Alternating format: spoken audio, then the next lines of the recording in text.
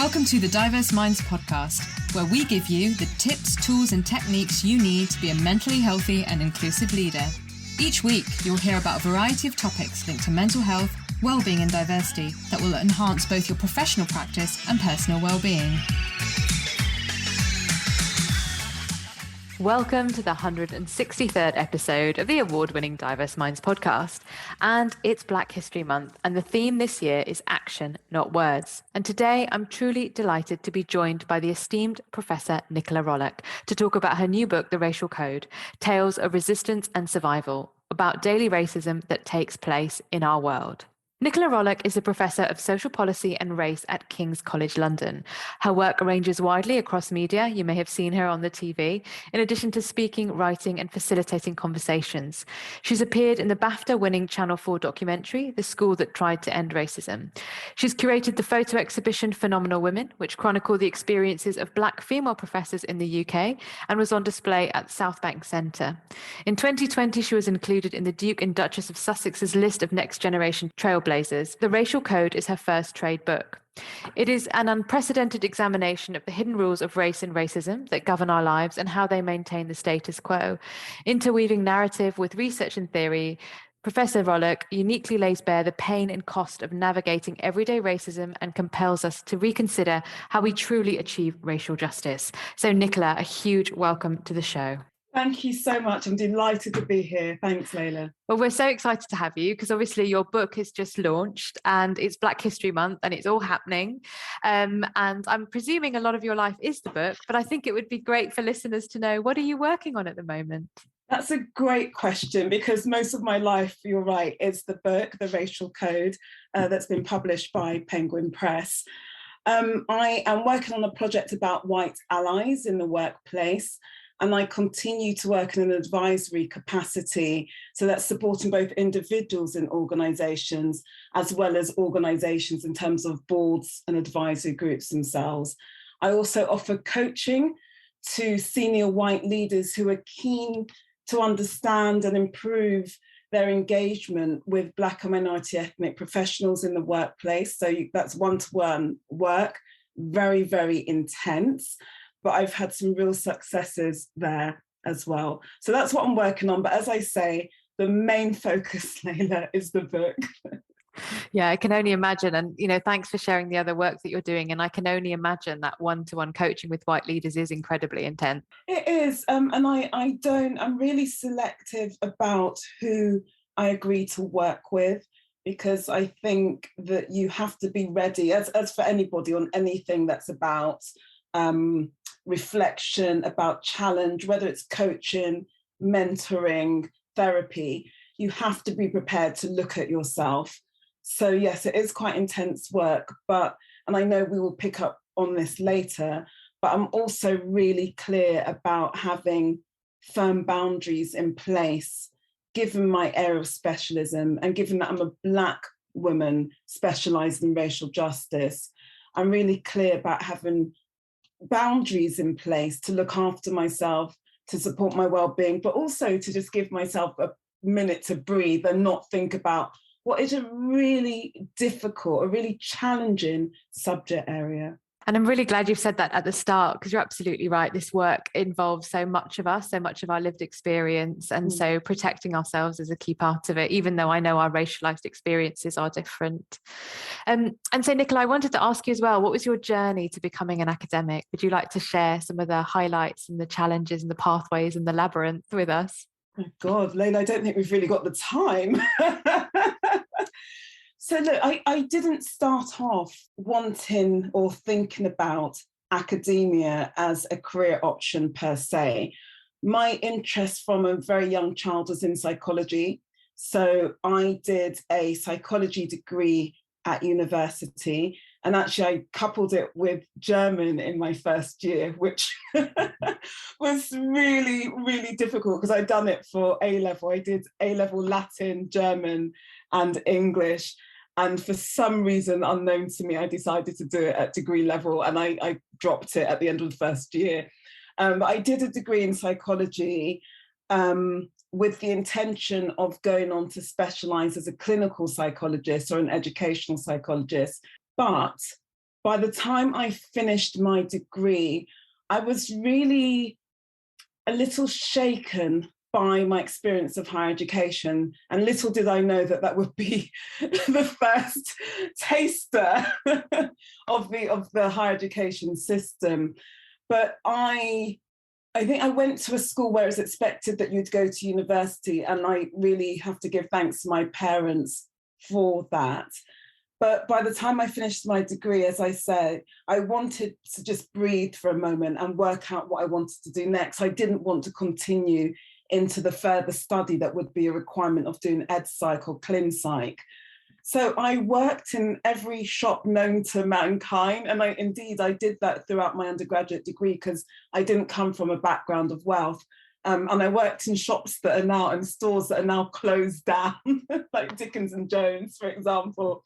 But then I decided that actually I probably should, even while I wasn't certain about what I wanted to do, I probably should do something in that broad ballpark to at least keep my finger in the pie.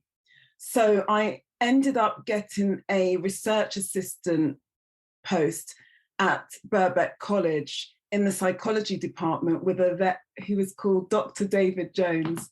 And what was great about that role is it was all encompassing. And as well as being his PA, I was a researcher. And I also sat in on supervisions with his master's and his PhD students. I then picked up doing a course at the Institute of Family Therapy around family therapy. But it was those supervisions that I sat in on where sometimes I was asked to give support to those students in terms of qualitative methodologies and quantitative methodologies that made me think, hang on a minute, if I'm giving you advice, I might as well do my own PhD. So I went on and did a PhD, and that's how my journey in the academic arena started. Thank you, Nicola. And I know you'd like to share something from your book with us, an interlude that's in your book around your journey. Thank you. So this is called How Many Times? And it speaks in part to my experiences within the education system. It speaks in part to my journey as a Black woman born in the UK. And it's called How Many Times? I am a Black woman. I'm a Black woman of Barbadian heritage whose parents came to the UK in the 1960s.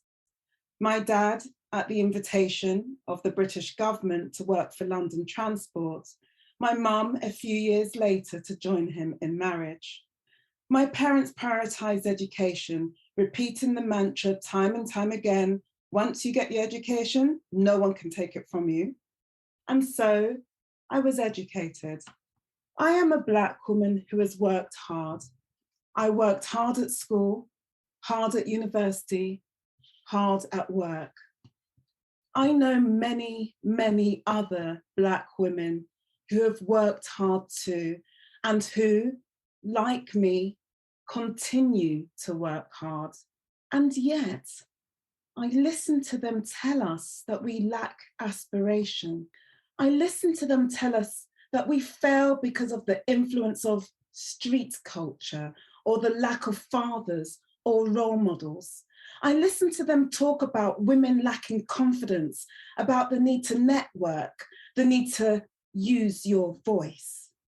But as a Black woman, these things do not make sense to me. I already do these things. So I am left with questions. I have questions that are to do with the very essence of my being, with being both Black and a woman. I want to know, how many times must we stomach conversation about our hair? How long does it take to style? Can I touch it? How many times must we, as women of colour, listen to them talk about gender, the gender pay gap, gender in the boardroom, gender and leadership, and know that it never means us? How many times? How many times must we think of strategies to avoid being spoken over at meetings, by white men and white women alike? How many times must we reread that work email which, despite the coded language, is a clear attack on our character?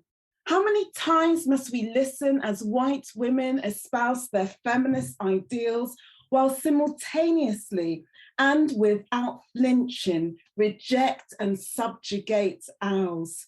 How many times? How many times? And as a young woman, I read in order to answer questions that were just forming and those I was yet to ask. I read Bell Hooks. I read Fanon, Zora Neale Hurston, Maya Angelou. I read Alex Haley's The Autobiography of Malcolm X, Ralph Ellison's Invisible Man, Frances Cress Welsing, James Baldwin, and they fed me. They helped me understand that I was not alone. I read.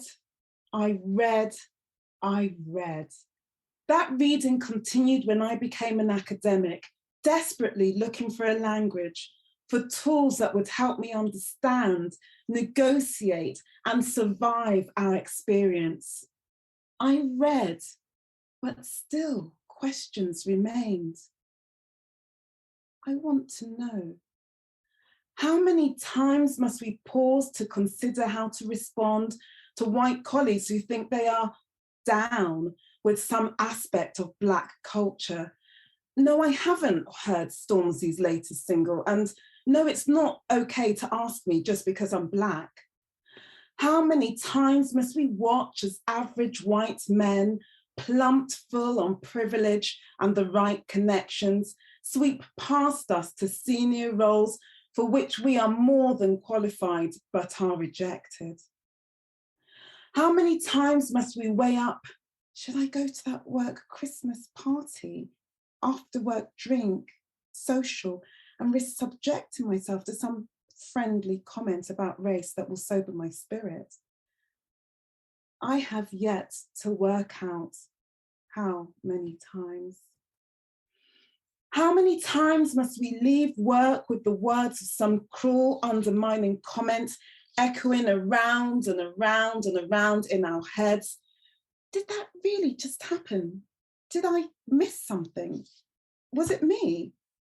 How many times must we check in with ourselves that we're not playing to the stereotype of the angry Black woman when we know that in fact there is so much to be angry about? How much time does it take to learn that not all colleagues of colour are woke? Please tell me, how many times? How many times must I go home, switch off my phone, and, my very soul exhausted, crawl into bed with a box set and I scream, or read Maya Angelou's Still I Rise for solace and affirmation?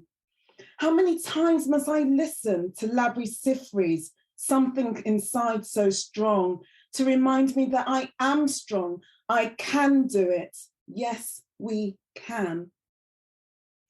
How many times must I tell myself that it is okay because my ancestors died for worse? And what is the impact of all of this on our health, our friendships, our relationships? How many times must we ask these questions? Tell me, how many times? How many times? How many times? Thank you so much, Nicola. Incredibly powerful. And I know many of us, particularly the part for me about the coded language in the email, very, very striking. I've been there many a time. I've had to go to people and say, what does this really mean? Because that's not my folklorics. That's not the way I do things. And it's flummoxing for me. It is really difficult, Layla. And then exactly, I read that's from my book, The Racial Code, and the book is about those codes. It is about the subtleties of everyday racism. And importantly, it's about how we work to navigate and survive those constant assaults on our character, on our being, on our identity. And I think that there is insufficient attention to the ways in which we are strategic, actually, so the ways in which we are resourceful. And I really don't want to undermine the damaging impact of all of this on our mental health and our well-being. But it vexes me, in all honesty, that we have seen in recent years in political circles that any mention of racism by Black, Asian, and minoritized groups is positioned as being somehow feckless, as lacking in ambition, as not having any drive. And that really, for me, serves to further undermine, on top of the racism that we already experience, there is a political gaslighting when it comes to this subject. So, you know, what I'm doing in the book, and I want to drive home in this conversation with you today, is yes, the damaging consequences for us in terms of having to constantly face these setbacks, but also the ways in which we are constantly fighting for recognition, for survival, and to be successful. And I was told exactly the same thing that your Barbadian parents told you, which is get an education because no one can take that away from you. Yeah. So there's so many parallels, aren't there? And given what you've just told me, what does the word resistance mean for you in this context of anti-racism? Well, the word resistance is part of the subtitle of the book, which is Tales of Resistance and Survival. And I think resistance and survival must sit alongside one another. And as I say, what I'm wanting to do is draw attention to those subtleties of racism, particularly in the workplace, but not exclusively, in other spaces as well. And again, this is something that gets missed in wider mainstream, and we often use the word mainstream as code for white, in wider white society when it comes to here everyday forms of racism, the subtleties. And really what I wanted to show is sometimes the contradictory rules that we are faced by white colleagues, for example, by white mainstream society, and how we work to make sense of those rules and navigate them. You gave the example of taking an email to colleagues and asking them to basically interpret it for you. Now, again, imagine that you are employed, you've got your contract of employment that says you're doing X, Y, and Z. But not only are we doing X, Y, and Z, there's also this additional part to the job description, if you will, which is interpreting those codes, interpreting those racialized codes, those codes that serve to exclude. Now, on the surface, they might look relatively palatable, and I use the word relatively and underline it. But because we have experience of what it means to live minoritized in the UK, we recognize that that coded language is exclusionary.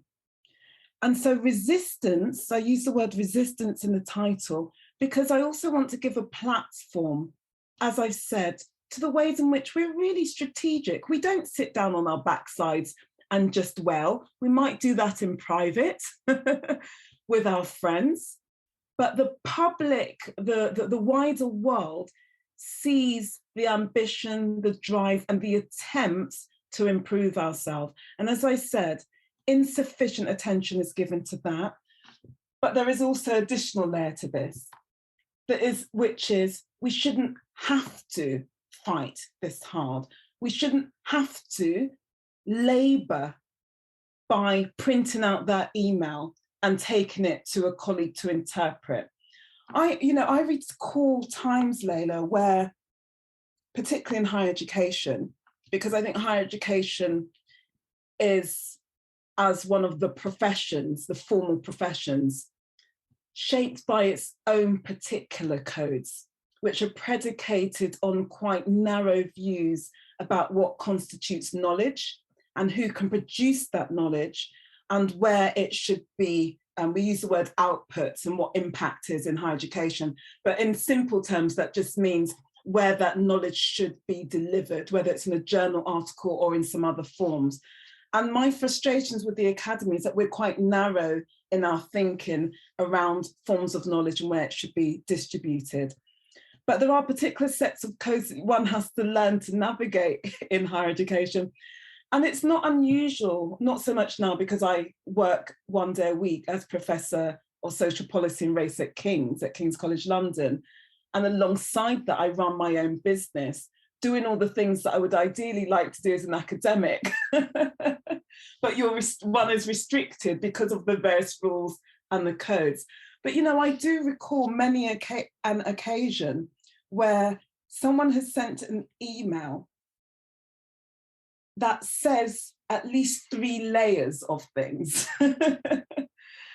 And so you spend time reading that email, reading between the lines of that email, comparing it in your mind with what that email would look like had it been sent to a white female counterpart or to the head of school or whoever, and then coming to the view, even though it corresponds with your initial reading, coming to the view that it's disrespectful. But again, this is not a point that often gets given much attention because you don't want to immediately react. Your intuition and your backdrop of experience tells you that what you read the first time was disrespectful, but you want to just be sure. So you reread it and you reread it. And then you have to construct or draft a response. Now, if you draft a response that outs the person for and names the way that they're operating, you become reframed as the problem, or what Sarah Ahmed calls the killjoy. So you have to learn, you can choose to learn, to speak in the same coded language. And for me personally, on one hand, I delight in learning codes, the way in which society operates through codes, the unspoken. So I'm not just talking about the things which are said and spoken, I'm talking about the unspoken as well. Who's excluded from spaces and who is included, what that looks like, who's included in email chains and who isn't included. On one hand, that fascinates me as an academic interested in these processes. But obviously, as I say, I'm a Black woman specialising in racial justice. So it also frustrates me. It takes up an inordinate amount of time. I earlier made reference to this idea of the job description that everybody gets, and then the job description that you have as a racially minoritized person in the workplace, because you've got 2 forms of labour to engage in. And actually, it's really incumbent on workplaces, and I would actually say politically, that if we are to live in a democracy, if we're to have an inclusive society, inclusive workplaces, then you have to pay due regard to the fact that your colleagues of colour are working with this 2-pronged approach and work to minimise, if not eliminate, that second part of the job description. Yeah, and what you're saying really resonates. I know in the book you talk about being a student in the 90s at university and the death of Stephen Lawrence, the horrific, tragic death of Stephen Lawrence. And just you talking about the 2 codes. And I used to run a race equity newsletter. And when the trial wasn't a trial, but it was kind of a retrial. Do you remember in 2012? I'm not using the right legal term for it, but some elements came to the forefront again and people were convicted. And I got told by my manager at the time, I had a really horrific email, I might have kept it, that said, I feel deeply uncomfortable you writing about Stephen Lawrence's death and the trial. This newsletter is about focusing on things that go on in this university. And I thought, we wouldn't have these things going on in the university if it hadn't been for the Lawrence family and the campaigning and the trial. And so again, like you said, it's this complete protectionist, complete throwback in your face. And I think for me as well, because obviously I'm South Asian, there was a sense of, look, Lovey, you're not Black, you shouldn't care about this. Yeah. And that might wash with some people, but it certainly wasn't going to wash with me. And, that really, really resonates, Leila, insofar as I have been at certain universities, which I won't name, mainly because much of the work I do tends to be behind the scenes. I'm not someone who is intentionally always in the public eye around race. I try to be very careful. But I can think of several significant moments, this is pre-George Floyd, where there were global events, whether it was murders in the US or in the UK of Black people. And I remember walking into this particular institution in a state of just shock and trauma, because the way this operates is that but for the grace of God, whether it's in the UK or the US. And I remember entering the campus, and it was as if the campus was in its own bubble or enclave. There was no and this is an issue that was major headlines. No one mentioned it. It didn't come up in staff meetings. It didn't come up in the context of how we might teach and reflect on our practice as educators. It was as if mainstream society existed outside of the context of the university. And, that's something I've always struggled with and I've failed to understand. And then that leads me on to a question. You mentioned that you went to this institution, you were feeling traumatized, you weren't mentally optimum. Of course, that makes complete sense. And I think workplaces seem very oblivious to the connection between racism and mental ill health, or how racism creates mental ill health and perpetuates mental ill health. So what do you think workplaces should be doing to, yes, have the conversation, but go beyond that and really start to understand and enable people to heal and understand their role in that process? Well, if you don't mind, I'm going to answer that in a slightly different way, which is to draw slightly on my journey and experiences as someone who specialises in racial justice.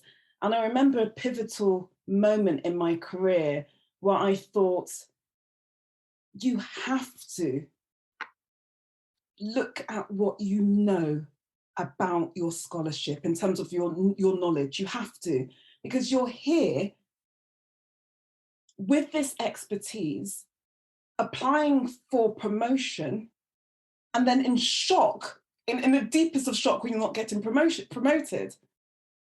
And it isn't just that I wasn't getting promoted, it was that the reasons given were ludicrous, were absolutely ludicrous. So just to give you an example, I remember applying for promotion. I won't say the particular promotion because it will identify the university, but I remember applying for promotion, and at that institution, you had to pass at school level, college level, and then at university. So you had to pass at all three stages. And again, people don't often know this about academia. It's not easy. And my application, despite being supported by my line manager, the head of school, everybody who told me how amazing I was and often documented my achievements, it didn't even pass the school level. And I asked for feedback. I was completely shocked. And I asked for feedback. Somehow I was lucid enough in my anger to ask for feedback. And one of the criteria was around funding, and it stated on the application that you need to bring in funding. That's what it said. And I said, well, you've told me that I failed on that. Can you give me some feedback? Because I've demonstrated how I've brought in funding. And the head of school said to me, but you haven't brought in sufficient funding. And I thought, someone here is having a laugh, because you know what I do in terms of specialism. You know what I do. You know the feedback that I give to organisations, and yet you're going to do this. The word sufficient didn't appear on the application anywhere. And if it did appear, what they should have stated is, well, we want to see a minimum amount of X. But it was left to the subjective interpretation of the school level panel. And it was around that time, I won't go into the full story, but it was around that time I thought that there is a kind of colloquial phrase that used amongst Black people. If I'm not careful, you people will mad me.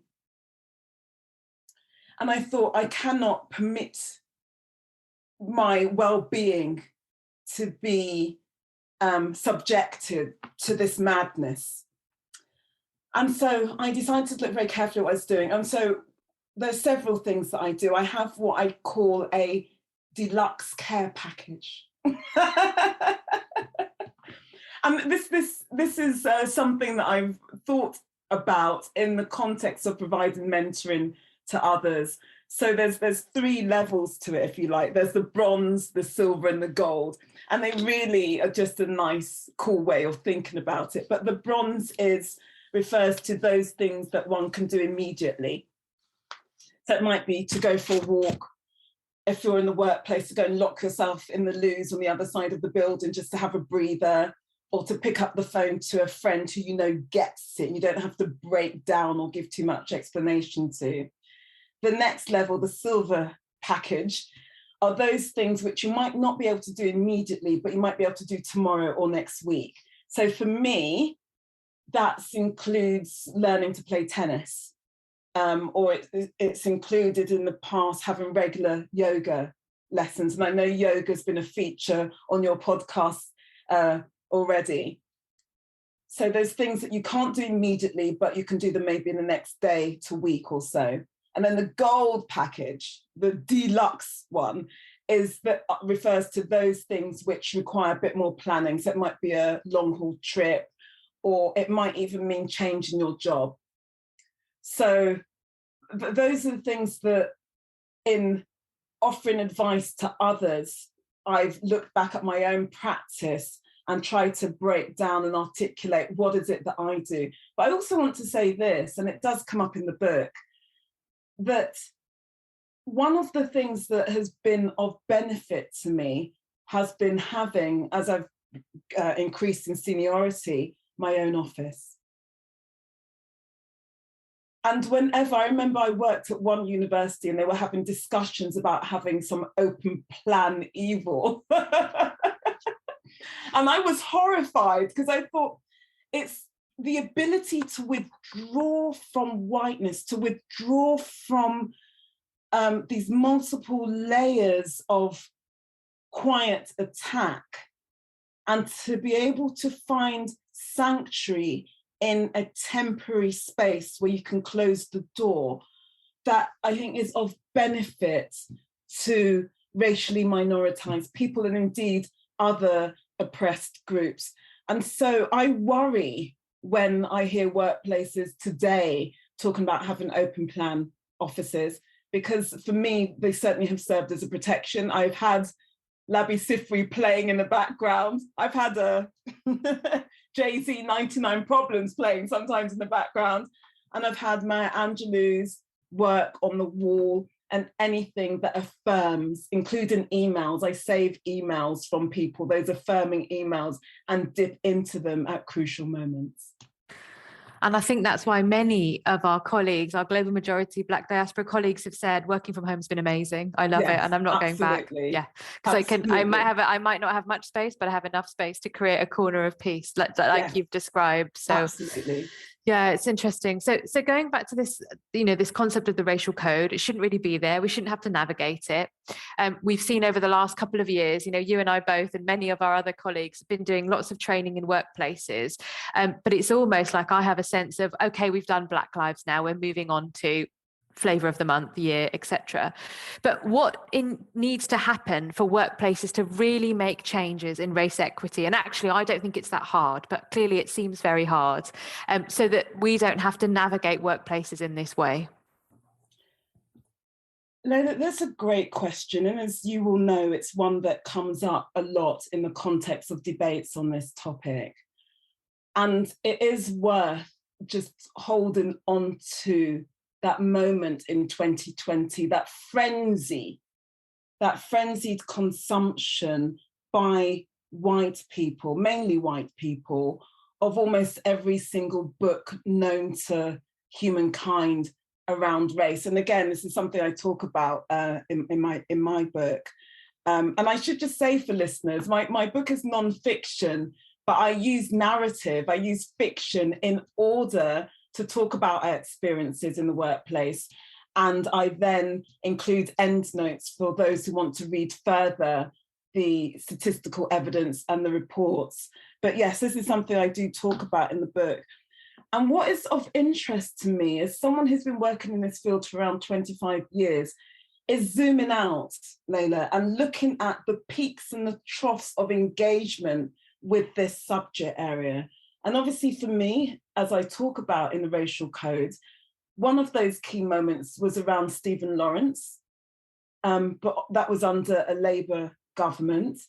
And then more latterly, around 2009, we saw that shift in dialogue from those high-profile individuals, some of them senior police officers, some of them politicians, some of the same Labour politicians indeed, and then also the then chair of the EHRC, the Equalities and Human Rights Council. And so for me, 2020, I look at that as a kind of, in its historical frame. I know many white colleagues talk about being awoken by this overt and traumatic episode, this murder of George Floyd. But it really leaves me worried and deeply concerned that if you are so awake at this moment, if I can frame it like that, where have you been? And also, not just where have you been historically, but where have you been when it comes to the experiences of racially minoritized groups in your own workplace? You've been sleeping. So let me come back to the specifics of your question. I would say that, first of all, white colleagues need to wake up and remain awake and keep listening and not push back on the experiences shared with them by colleagues who look like you, Layla, who look like me. But I also want to go a step further. To me, we've been talking for far too long. And so my question really is, my reflection in thinking about your question really is, what do institutions respond to? Institutions are busy places. They've got different priorities, different concerns, some of them limited budgets. Even if we take those various factors into account, they still manage to produce outcomes or work. How might we attach the racial justice agenda to those things which are a priority for the institution? That's one way of thinking about it. The other more blunt way of framing it is that actually we can no longer rely on the so-called well-meaning of white colleagues to advance this agenda. Two things. One, we have to see where possible what we can push ourselves. And then secondly, we have to start thinking more explicitly about whether it's a carrot or a stick, or carrots in the plural and sticks, for institutions when they don't demonstrate improved experiences and outcomes for racially minoritized professionals. Yeah, thank you so much, Nicola. And I think for me, it's also about, I don't want to say lean in, but you know what I mean, embracing discomfort, because this isn't comfortable. And I think many of us in our communities are very used to feeling uncomfortable, and yet it can be a very alien experience for white majority groups. And I think, and it's getting to grips with that and knowing that this is uncomfortable and you have to feel the discomfort to get to the other side if that's what you really want to be. I think that's an excellent point and a really important one, because certainly what I've experienced, both in the context of delivering formal training, I don't deliver training anymore, and that's very intentional, but in that context, but also outside of that context, I notice white colleagues who, by their own determination, are well-meaning or are allies on this area, by their determination, not by mine or yours. They have made that decision. When they are questioned about their actions in this area, they get defensive. they deny. And use the word that I use in my book earlier, that protectionism. And what I mean by that is the vanguards come down, you know, the stroppy emails, the terse emails, HR may get involved. You find yourself under more scrutiny than your white counterparts, simply because you said, what about me? Or what about people who look like us? So your point is a really well-made one, and it's one that receives insufficient attention, that if we are to experience of white colleagues who claim to be committed to this subject and to the improving our experiences, not just in the workplace, but more broadly, then actually growth needs to happen. And that growth requires a shift in their perspective, their global perspective, the ways in which they view themselves, not as centered, but as part of a wider framework or code, code where they are participants in upholding racial inequity. And that will necessarily be uncomfortable. But you're right, without that discomfort, then people will remain in their same place and holding up the banner for well-meaning as though that is sufficient for change. Yeah, and Nicola's laughing because I just rolled my eyes at the it's not sufficient for change. So thank you so much. And, Nicola, we've mentioned it in our conversation. This is exhausting. We put a lot of ourselves into this work. You mentioned your bronze, silver and a gold deluxe wellbeing packages. But are there any other things you want to share, your top 3 tips for looking after your own wellbeing, particularly if you've had an intense session with some leaders or you've received one of these emails? I don't know if there's anything else you wanted to share with listeners. Well, look, I have to be cognizant of my own privilege, actually, in this conversation. I am 1 day a week, as I said earlier, at King's, and the rest of the time I work for myself. I try, and that was deliberate, actually. That working for myself was it began as a little side hustle. And again, I know this is something that's come up in previous podcasts, and I realize it's absolutely crucial. It's absolutely crucial that you're not relying on white mainstream spaces for affirmation or for recognition of your talents, because you'll be there till you retire. If you're lucky, you'll be there till you retire. To say, and then some. And then some, exactly. So I think that's one thing, not to get so sucked into, we're talking mainly about the workplace, but into the institutional norms and culture that you forget yourself. So if you can have a side hustle, I think that's incredibly beneficial, not just for additional income, and that autonomy around income, I think, is essential in the context of what we're discussing. But what I wanted to pay attention to is the fact that I do try and take 1 day off a week, but I also recognise that's privileged. I've spent 25 years fighting and fighting and fighting to be able to get to a position where I can choose to do that should I wish. Having said that, I often work evenings and weekends because I'm running my own business and I choose to do it. But that feels wonderful to be able to do, to be able to just give myself pause. I often will just take myself for walks away from the space of race. And it does mean the fact that I work for myself, that I can move away from certain individuals or clients if they're not acting in a way that sits in line with my principles and values. I think, let me take this back to the workplace if you're not working for yourself, and tips. I've talked about the importance of finding a space to breathe away from the mainstream.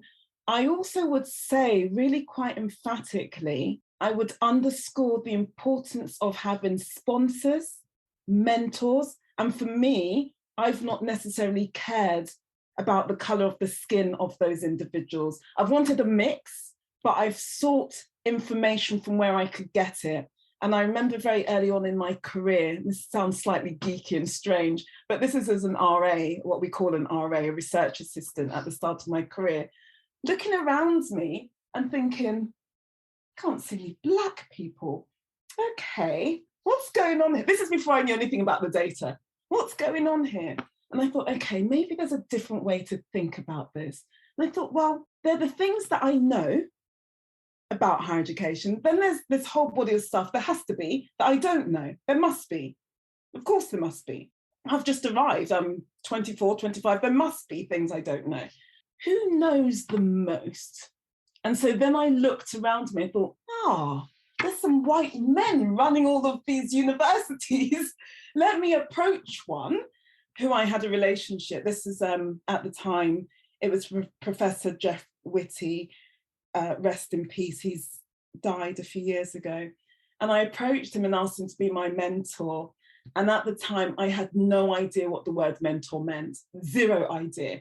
But what I knew is that as the vice chancellor, as a director, they called it at that particular university, he would have more knowledge and more access to networks and contexts and ideas than I possibly could as a young Black girl starting off her journey. So he became a friend and a mentor, but I sought mentorship from anybody and everything that moves. And I would also say I've not been afraid to ask questions. Not always welcomed, I may add, but not afraid to ask questions. So those are the things that I would share by way of feedback and support. And yeah, the mentorship and sponsorship one resonates with me. And I had the wonderful Professor Deborah Humphreys, who's now VC at University of Brighton, when she was at Imperial. And I said to her, look, quietly, she came to an event. And I said, would you be my mentor? She turned around, she went, of course. And she was such a champion. And so, yeah, I think you have to ask and you have to put yourself out there. And then I think you reap the rewards for your well-being, like you said. And it doesn't matter. It's about someone who's going to support you and champion you behind closed doors. Absolutely, but I would also say, Leila, I think there's a way to ask, and I sometimes when I get lots of emails asking me to support individuals asking for support, and sometimes I think that we have to be more mindful about the space into which we're writing, and what I mean by that is, when I approach people, I try to imagine that I must be one of many making that approach. I mean, it's different now, like I'm a professor at a university and so on. But actually, I must be one of many. How can I frame this email that is respectful of their time, that doesn't look like I've copied and pasted the same thing to several people, that shows that I've been following their work and I'm engaged in their work? And that is polite. So I used to always call the person professor, irrespective of whether they were not a professor, just to show respect for them and what they must have gone through, whether they're white, Black, pink or brown. Yeah, thank you. And thank you so much, Nicola, for your time, your wisdom, being so open with us. So if people want to know more about your work, how they, if they want to work with you, how should they do that? Thanks, Leila. It's great talking with you. So I have a website, which is nicolarollock.com. You can also follow me. Listeners can also follow me. Let me start that again. So I have a website, nicolarollock.com, where you can learn about my work and publications. And also listeners can follow me on social media. I'm on Instagram at Prof Nicola Rollock, and on Twitter at Nicola Rollock. Brilliant. And I will, of course, include those links in the show notes. So thank you so much. Lots of tips for workplaces to keep going on their journey and make a huge difference. Don't forget the racial code is out. So please, you can, I don't know, Nicola, if you want to say where you'd like people to procure that from. So listeners can buy a copy for themselves and for Christmas presents and for birthdays and for anything else that they can think of, just as a random gift to say thank you to a friend, to a loved one, by going to the Penguin website, and you can choose where you want to buy it, but you just pop my name into the Penguin search engine and it will come up. The racial code, Tales of Resistance and Survival. Brilliant. So listeners, take care. We've got more juicy and exciting things for Black History Month for you next week. But of course, remember, it's always about the BHM 365 approach. Until then, take care, and we will see you in the next episode. Thanks for listening to the Diverse Minds podcast. Don't forget to subscribe on Apple Podcasts, Spotify, or wherever you access your podcasts from. You can also connect with me on Facebook, Twitter, and LinkedIn. Tune into next week's episode of the podcast, where I'll bring you more insights on mental health and inclusion. Bye for now.